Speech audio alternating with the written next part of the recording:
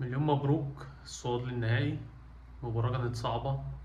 قدرت انت تقدم مستوى مميز جدا في الشوط الاول، خصوصا في اول نص ساعة من المباراة او كمان 40 دقيقة من المباراة. سيراميكا ما جاتش، سيراميكا ما قدرتش تقدم حاجة. عملت مع سيراميكا زي ما عملت مع المصري بالظبط. لا ده عارف ان هو يجاريك ولا ده عارف ان هو يجاريك، وقدرت ان انت تفرض اسلوبك طول المباراة، سواء على سيراميكا النهارده او على مصر قبل كده. فهو ده اللي كنا بنتكلم عليه، وهو ده اللي كنا بنقوله، ان في بوادر ان الفرقه بتتحسن. وده اهم حاجه بالنسبه لي، ان الاداء الجماعي يتحسن بتاع الفريق. وده اللي لاحظناه النهارده، وده اللي شفناه من معظم اللعيبه. اداء كله جماعي، اللعيبه بتساعد بعض، محدش بيعتمد على نفسه، محدش بيلعب اداء فردي، سواء تريزيجيه سواء زيزو سواء بن شرقي. كل اللعيبه بصراحه النهارده كانت بتلعب لعب جماعي جدا. الراجل يمكن فكرة زيزو في نص الملعب دي كانت فكرة مميزة بالنسبة له، لأن الراجل قدر إن هو يستغل زيزو برضه النهاردة في الحتة دي. ولعب بن شرقي وينج يمين، ولعب بتريزيجيه وينج شمال. طبعا تريزيجيه قدم مباراة كبيرة. زيزو طبعا في الشوط الأول طبعا، وصناعته للهدف بتاع تريزيجيه، الهدف الأول بتاع المباراة.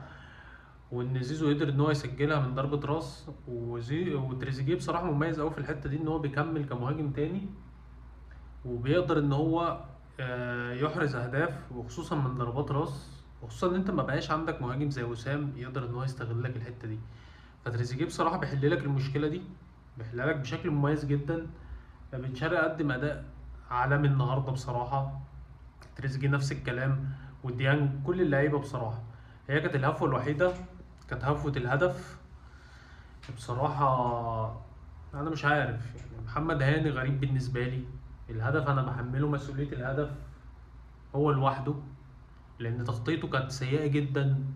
سايب يعني اللعيبه كلها رحلت، لان خلاص بقى انت خلاص الاتنين مدافعين مرحلين، انت واقف بعيد عن ياسر ليه؟ يعني انت سايب جاب كبير بينك وبين ياسر ليه، وسايب المساحه دي كلها ليه؟ عشان خاطر الوينج بتاعك اصلا هو اللي يقطع في المساحه دي ويروح انفراد بالشكل ده. فهدف خطأ من محمد هاني في التغطية بتاعته، ان هو ما قفلش المساحة اللي بينه وبين ياسر بشكل كويس. في ناس كتير بتقول الشناوي طلع بدري. يا جدعان حتى الشناوي لو ما طلعش بدري، الكرة صعبة، الراجل رايح انفراد صريح جدا. فسواء الشناوي طلع او ما طلعش، فالراجل هيبقى مرتاح ان هو يحط الكرة جون يعني. فهي الشناوي ما يسألش عليها، هو اللي يسأل على الهدف ده هو محمد هاني. والضغط السلبي اللي كان في نص الملعب من قبلها، ان الراجل يعدي بالسهولة دي، وان هو يلعب بثرو باص بالسهولة دي. دي برضو كانت غريبة بالنسبة لي من الضغط بتاع نص الملعب. انما في المجمل لا، انت عملت مباراة كبيرة جدا، عملت اداء مميز جدا. معاك مدير فني مميز جدا. مشاكلك كلها دفاعية زي ما اتكلمنا قبل كده، ومشاكلك كلها في عمق السكواد بتاعك. عمق سكواد النادي الاهلي مش حلو خالص. كلنا بنشوف وقت ما الراجل بيحتاج ان هو يغير، وبيحتاج ان هو ينزل لعيبه من على الدكه عشان تكمل بنفس المستوى بتاع اللعيبه اللي في الملعب. مفيش يا معلم، مفيش. انت بتنزل طاهر من على الدكه، بتنزل عبد القادر من على الدكه، عندك قفشه على الدكه. يمكن الحسنه الوحيده اللي جت على الدكه النهارده كانت بن رمضان بس، لا اكتر ولا اقل. انما الدكه كلها بعد كده مفيش حد ينزل ان هو يصنع لك الفرق، او ينزل ان هو يكون حتى مستواه قريب من اللعيبه اللي في الملعب.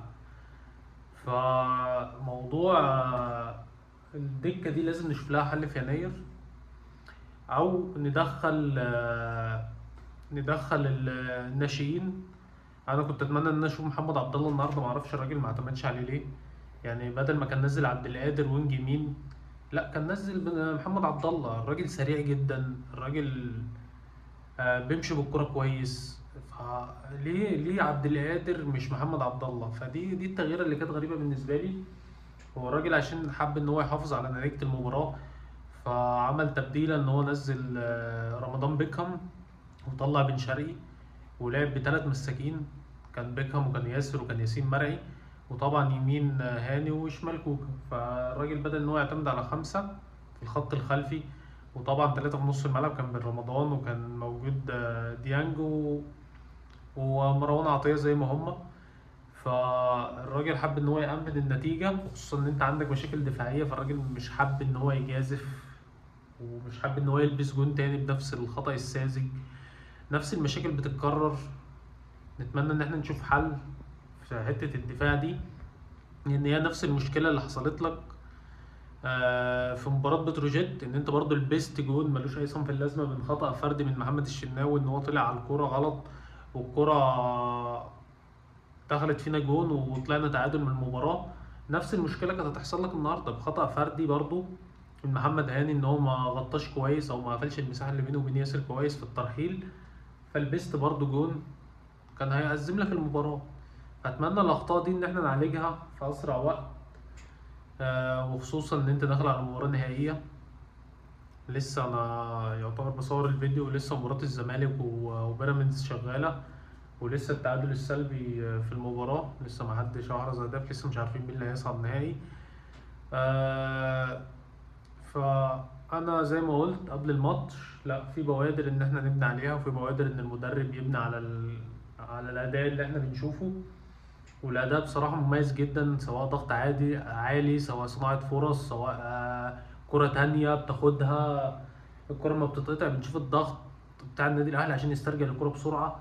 فلا انت بصراحه عندك بوادر، وعندك عندك مدير فني بيشتغل شغل عالي قوي. اتمنى ان احنا ندعمه، ومكسب يدي ثقه للعيبه، ويدي ثقه للمدير الفني، ويدي ثقه للجمهور، ويرجع ثقه الجمهور تاني في اللعيبه زي ما قلت قبل المباراه. فبصراحه فوز معنوي جدا، وفوز ربنا بس يكملها على خير، ونقدر ان احنا نفوز في المباراه النهائيه، ونقدر ان احنا نحسم البطوله، عشان زي ما قلت دي هتبقى بطوله مهمه جدا للعيبه والمدير الفني، مهمه جدا، والجماهير كمان قبلهم، ان هي ترجع ثقة الجماهير في المدير الفني، وتخليك خلاص بقى عندك رصيد المدير الفني واللعيبة كمان. وخصوصا اللعيبة معظمها لسه جاي، ما مش هيعد بطولات معاك، سواء تريزيجيه، سواء زيزو، سواء بن رمضان. انا بتكلم على اللعيبة اللي لسه جاية، ياسين مرعي، شكري، كل الناس دي لسه جايه لك، فانت بتعمل تغيير جلد، لازم يحصل الدروب ده، ولازم تحصل التعثرات اللي حصلت للنادي الاهلي دي. فكله مع الوقت هيبدأ يتحسن، وخصوصا انت معاك مدير فني كويس، وطبعا بعد اشراف الكابتن سيد عبد الحفيظ على الكوره. فانت كل السبل بتقول لك ان الدنيا بعد كده ان شاء الله هتبقى احسن. فخلينا نستنى، وخلينا نشوف الدنيا هتبقى عامله ازاي الفتره الجايه، وخلينا نشوف مستوى الفرق يبقى عامل ازاي كمان في المباراه النهائيه، وان شاء الله تبقى البطوله لينا. وخلينا نشوف مين اللي هيصعد من بيراميدز والزمالك. اشوفكم على خير، السلام عليكم.